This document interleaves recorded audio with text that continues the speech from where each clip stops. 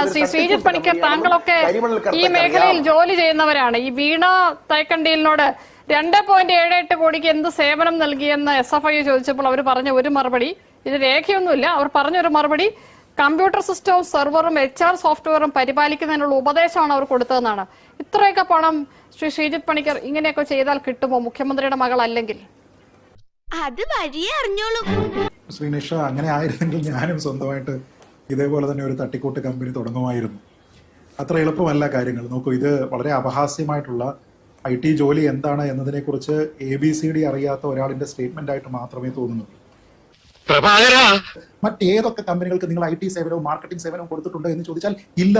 നിങ്ങളുടെ ഏറ്റവും വലിയ ക്ലയന്റ് ഏതാണ് എന്ന് ചോദിച്ചു കഴിഞ്ഞാൽ CMRL, എഡ്യൂക്കേഷൻ മേഖലയുമായി ബന്ധപ്പെട്ട് സ്കൂളുകൾക്കും കോളേജുകൾക്കും സോഫ്റ്റ്വെയർ ഉണ്ടാക്കുന്ന ഒരു കമ്പനി എന്ത് തരത്തിലുള്ള സേവനമാണ് ഈ ഇത്തരത്തിലുള്ള ഒരു പൊതുമേഖലാ സ്ഥാപനത്തിൽ കൊടുക്കുന്നത്? അവരവിടെ കോച്ചിങ് നടത്തുന്നുണ്ടോ? അവരവിടെ ട്രെയിനിങ് നടത്തുന്നുണ്ടോ? വേറെ ഏത് സർവീസാണ്? അതല്ല ഉദ്ദേശം.